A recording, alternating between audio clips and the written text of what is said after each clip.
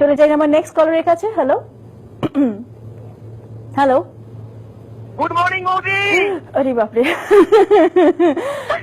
চিনতে পারছো? না না একদম চিনতে পারছি না। শঙ্করকে আমি কোনো সময় চিনতে পারি না, শঙ্করকে আমি চিনতে পারি না কোনো সময়, এটা বুঝতে হবে। হ্যাঁ, চিনতে দিয়ে পেরেছো, ঘাট থেকে এনেছো। না না আমি বলছি আমি শঙ্করকে চিনতে পারি না, আমি শঙ্করের গলাটা চিনতেই পারি না। হ্যাঁ, আমি তো বললে মানবো না, চিনতে তো আমাকে পারবে, কাউকে না হবে আমাকে তো অবশ্যই পারবে। কেমন আছে বলো? হ্যাঁ, আমি তো খুব ভালো আছি। আজকে আমাকে চিনতে পেরেছো, এটাই ভালো লাগছে। এখন বলতে চিনতে পারছি না, আমার বলতে পারছো, গন্ডগোল হয়ে গেছে। বলো আজকে তোমার একতরফা প্রেমের গল্পটা বলো। একতরফা প্রেমের গল্প দিদি ভাই, তোমাকে তো আমি বলবো এই কথাটা। আজকে খুব খুব খুশির দিন, টপিকটা খুব ভালোই লেগেছো। কিন্তু আমার একতরফা প্রেমের গল্প অলরেডি আমার যে অলরেডি বর্তমানে আছে বা ছিল, সে এখন অলরেডি তোমাকে কল করে কথা বলে আমার নামটা অলরেডি বলেনি, শেয়ার করে চলে গেছে। তুমি কিন্তু গেস করতে পারবে 2 মিনিট পরে কলটা ছিল। না পারলে টেলিকার টিমতে পারে গেস করতে পারো, তাহলে বুঝতে পারবে। গেস করো দিদি ভাই। মনীষা। হ্যাঁ, ঠিক বলেছো। কেন গল্পটা একটু বলেছি, গল্পটা হাফ শেয়ার করে চলে গেছে। এটা হচ্ছে ঘুমনি থেকে অফিসে, তখন অলরেডি আগে গিফট দেওয়া নেওয়া চলতো। মানে আগে কোনো একটা কুইজ কন্টেস্ট ছিল, মানে আরো কুইজ কন্টেস্ট ছিল। ওই কুইজ কন্টেস্ট যে এসেছিল, মানে হঠাৎ করে এসে, মানে ও একদিন মানে ডায়েরি নিয়ে এসেছিল। গান ভালো করতো আগে, গান কবিতা মানে একটা করতো।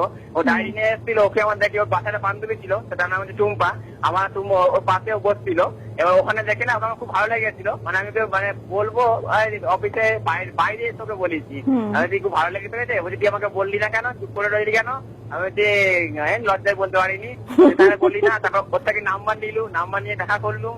অলরেডি ওর সাথে কথা বলেছি।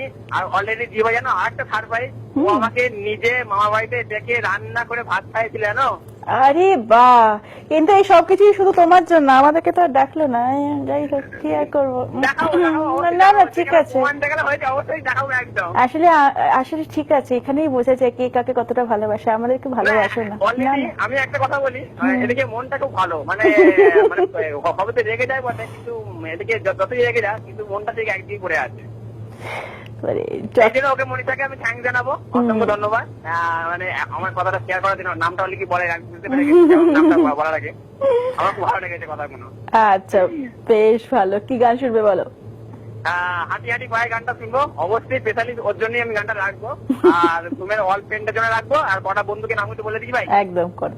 হ্যাঁ, শর্মিষ্ঠাকে, রিয়াকে, কলকাতা রিয়া, মুম্বাই রিয়া, জিতকে, রাজীবকে, কোহলিকে, কিরণকে, মুন্নাকে, অর্ঘকে এবং ধুমের অল ফ্রেন্ডকে সবাইকে রিয়েক্ট করলুম। আচ্ছা, বেশ, thank you so much Shankar, phone করে শেয়ার করার জন্য সমস্ত গল্পটা। বেশ ইন্টারেস্টিং, বেশ মিষ্টি গল্প। এন্ড তোমারই পছন্দের গান যেটা তুমি ডেডিকেট করছো মনীষাকে, এই গানটা তো চালাতেই